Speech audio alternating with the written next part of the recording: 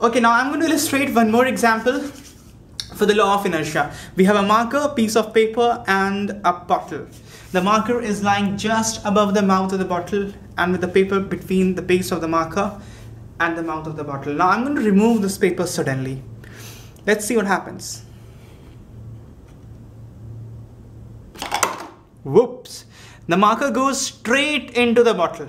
The reason why, because the marker was stationary, upright, vertical. When the paper was removed, there was no support for the marker to stay, and under the force of gravity, it goes right down into the bottle. Because the marker had inertia for movement. It did not move because it showed resistance for movement, and it did not go as fast as the paper did. So it stayed there, and after that there was no more paper, so the marker had to go down. Now let's have a pile of books here. Now I'm going to remove the base, the last book in the pile, and the rest of the system is just going to go down. They're going to stay there as it is, and when I'm going to remove this, they are just going to fall down. Right? They don't come along with the paper because with the speed with which we are removing, the rest of the system cannot cope up with that because they are sluggish. They show resistance in motion. And that's why they stay there, and once the book has been removed, they have to drop down. So that was a common illustration for law of inertia, or Newton's first law. Now let's move on to something that we are very familiar with. For example, let's talk more about the common examples that we feel in our daily life, and that has something to do with the law of inertia, or Newton's first law. Now, if you're standing in a bus or a metro or a train,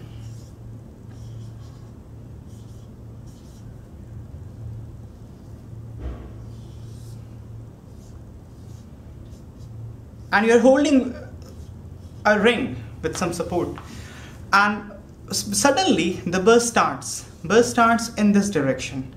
Then what happens is the foot that is attached directly with the floor of the train, now that immediately catches up, but the rest of the body, due to inertia, it shows resistance to its motion because it was just at the state of rest, and it tries to remain at the state of rest.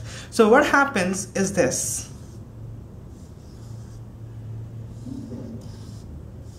Our foot tends to go with the flow,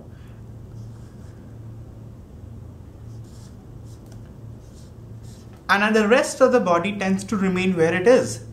And gradually, as the time passes, due to the transfer of force from the foot to the knee, from the knee to the waist and rest of the body, we tend to become straight. As the time passes, the force is transferred to the rest of the body.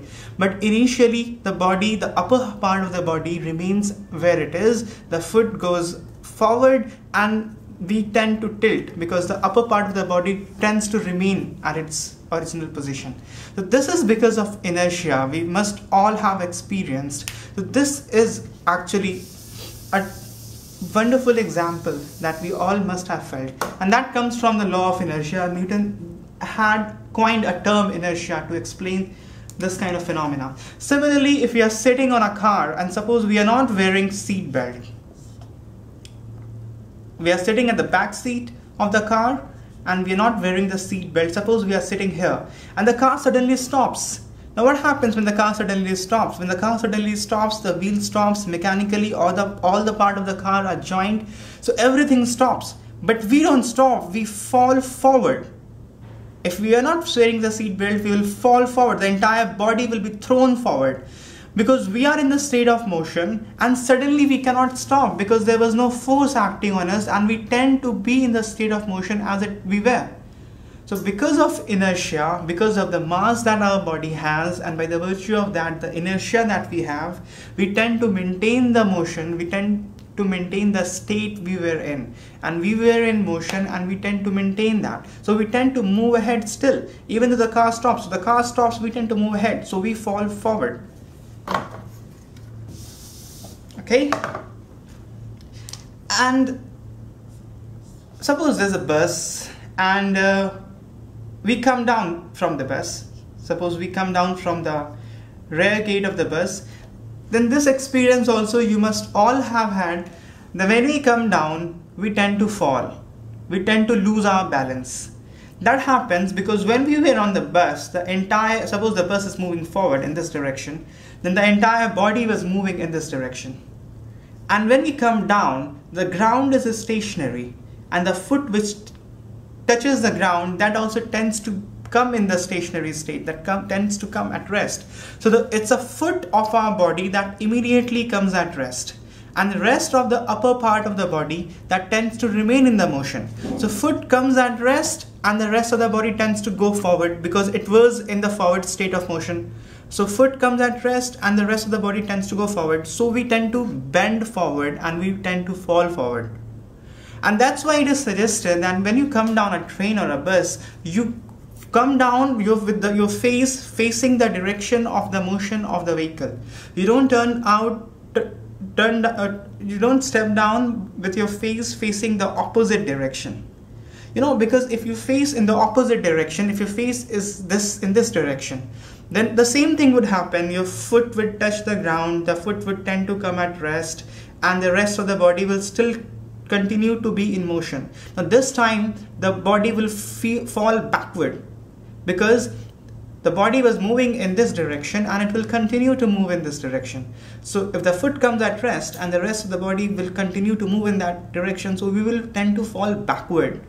And it's difficult to balance a backward fall than a forward fall. So it's better that to jump with your face facing the direction of the motion of vehicle.